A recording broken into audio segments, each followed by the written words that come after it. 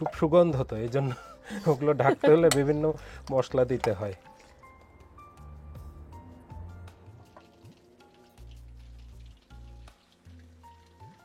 তুমি কি লাইক করো চিকেন? আসসালামু আলাইকুম। বিলেত বিলাসের আরেকটা নতুন পর্বে আপনাদের সবাইকে স্বাগত জানাচ্ছি। আমি তানজিনা ফারা। আজকে চিকেনের একটা স্পেশাল কাবাব তৈরি হচ্ছে, চিকেনের টুথপিক কাবাব।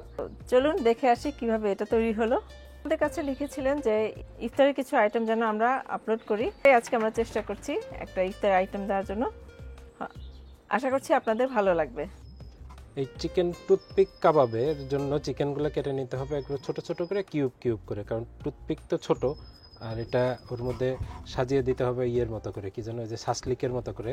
তো যত ছোট করে মোটামুটি এরকম কিউব করে নেওয়া যাবে, ওটা দেখতে ভালো দেখা যাবে, আর ব্যাটারের মধ্যে ওটা চুবানো যাবে সুন্দর করে। এই যে দেখেন, আমি একটু ছোট ছোট করে নিচ্ছি।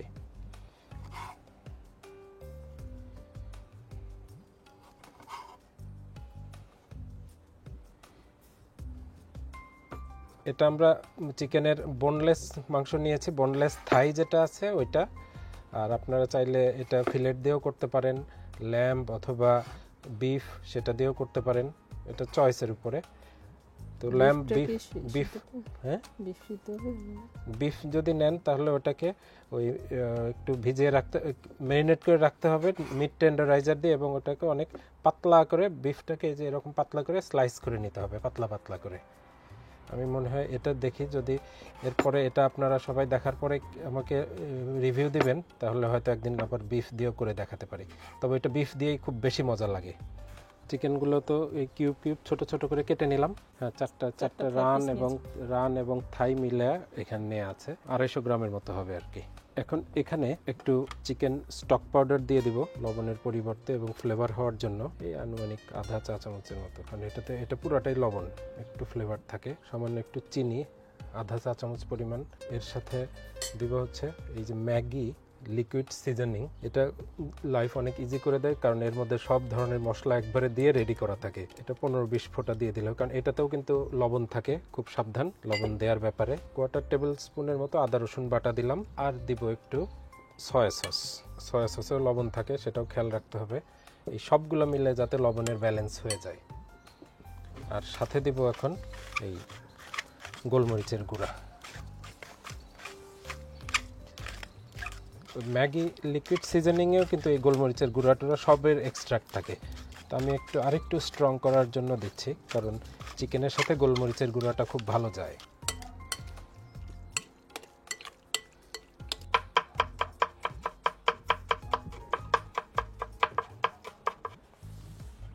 এই যে কাঁচামরিচটা কুচিয়ে নিলাম, এটাকে এর মধ্যে অ্যাড করে দিব।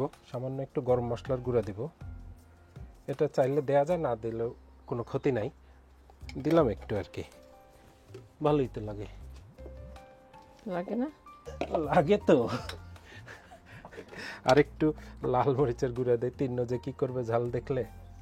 অবশ্য একটু একটু খেতে পারে ঝাল, কিন্তু এই যে এইখানকার কাঁচা মরিচের ঝালটাও খেতে পারবে না মনে হয়। ফার্মের যে মুরগি এগুলো তো খুব সুগন্ধ, তো এই জন্য ওগুলো ঢাকতে হলে বিভিন্ন মশলা দিতে হয়। সেটাই।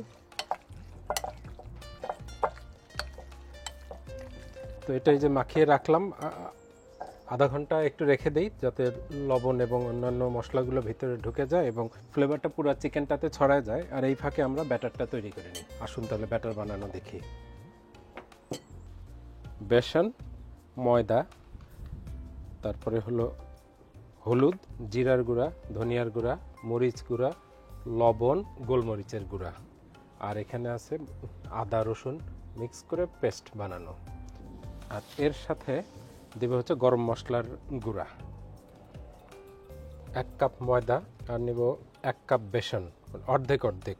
এখানে আমি নিয়েছি সেলফ রেজিং ময়দা, যেটাতে অলরেডি বেকিং পাউডার মেশানো থাকে। আপনারা যদি প্লেন ময়দা নেন, তখন এখানে পার কাপে আধা চা চামচ বেকিং পাউডার মেশাবেন, এবং এটা এভাবে চেলে নিলে ভিতরে যে গুটিগুলো থাকে এগুলো পরে ভিতরে গুটি গুটি থাকে না আর কি। এই জন্য এটা খুব ভালো করে খেয়াল করে এইভাবে চেলে নিতে হবে। এটা পানির মধ্যে মিশবে ভালো, কিন্তু এই গুটি যদি থাকতো এইভাবে, তাহলে ওটা কিন্তু মেশাতে খুব কষ্ট হয়, এবং বেগুনি করার পরে ওটা গুটি গুটি ভাসতে থাকে ভিতরে।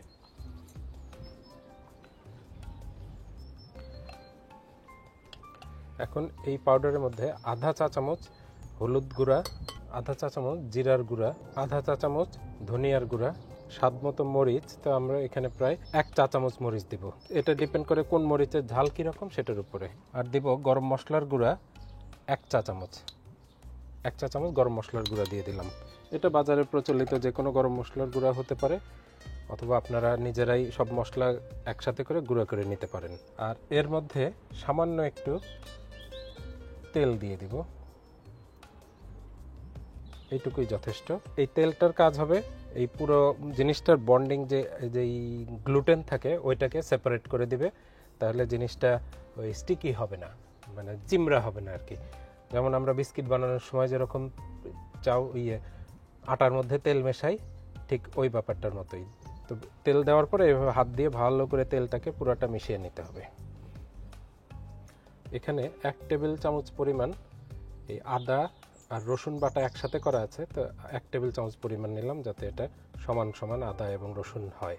এখন এখানে পানি অ্যাড করব। তো পানিটা অ্যাড করতে হবে খুব ধীরে ধীরে বুঝে শুনে, একবারে বেশি পানি দেওয়া যাবে না, কারণ ব্যাটারটা যদি পাতলা হয়ে যায় তখন কিন্তু এর গায়ে লেগে থাকবে না। তো এই যে এখন একটু এই যে শক্ত হলে বোঝা যাচ্ছে যে না এটা শক্ত হচ্ছে। এখন আরেকটু দিব।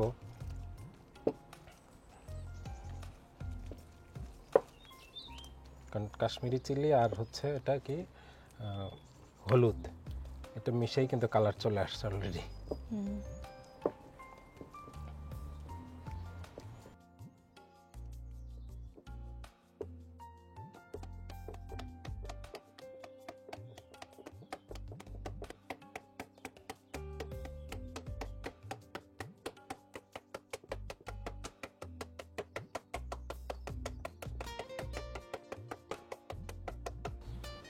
এই যে ব্যাটারটা আমার মনে হচ্ছে প্রায় হয়ে গেছে, এরকম দেখেন ঠিক না, কিন্তু আর একটু পাতলা হলে যেন ভালো হবে, কারণ এটা আরেকটু সময় যখন থাকবে ভেজা, ও করবে কি আরও পানি অ্যাবজর্ব করে আর একটু ফুলে উঠবে। তো এই কারণে আমরা আগে থেকেই আর 1 টেবিল চামচ পানি অতিরিক্ত অ্যাড করলাম। তারপরে থিকনেসটা এখন আবার মেপে দেখাচ্ছি আপনাদেরকে।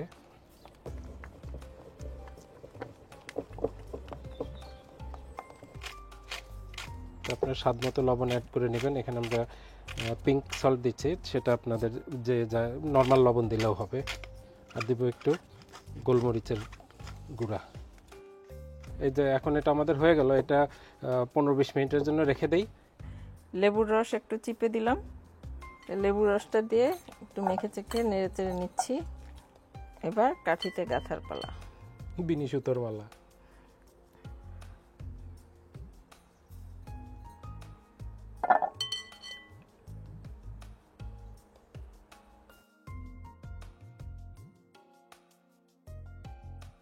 এই তো এরকম করে কাঠিতে গেঁথে নিলাম।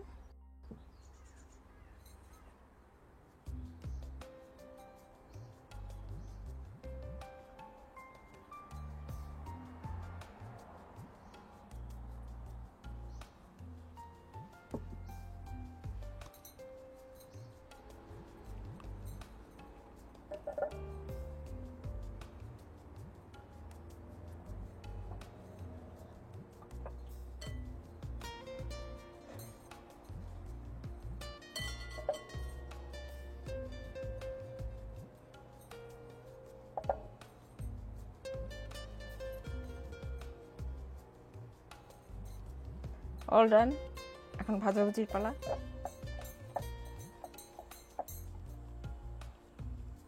ব্যাটারটার এই অবস্থা, এখন এই কনসিস্টেন্সিতে আছে। তেল গরম করতে দিয়েছি।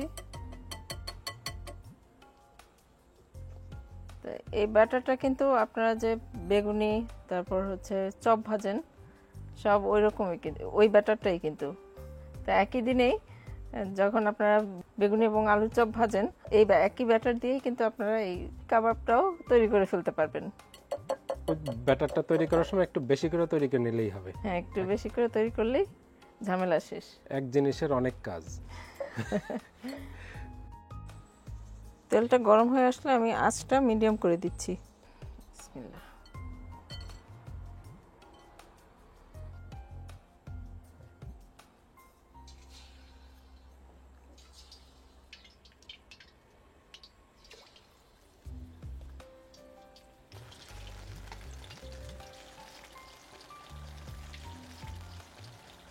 এটাকে ধীরে ধীরে ভাজতে হবে, কারণ বেশি জোরে জাল হয়ে যদি ভাজে বাইরেরটা হয়ে যাবে, পুড়ে যাবে, আর ভিতরে চিকেনটা সিদ্ধ হবে না। আনুমানিক 7-8 মিনিট ভাজতে হবে এটাকে, কারণ চিকেন 7-8 মিনিটের মধ্যে সিদ্ধ হয়। ছোট ছোট চিকেন তো, আর ম্যারিনেশন করা আছে।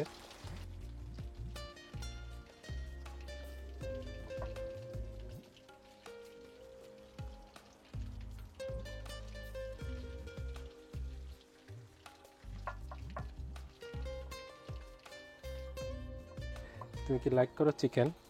এটা কি চিকেন? এটার কাছেই থাকো, একেবারে ক্লোজে যেও না।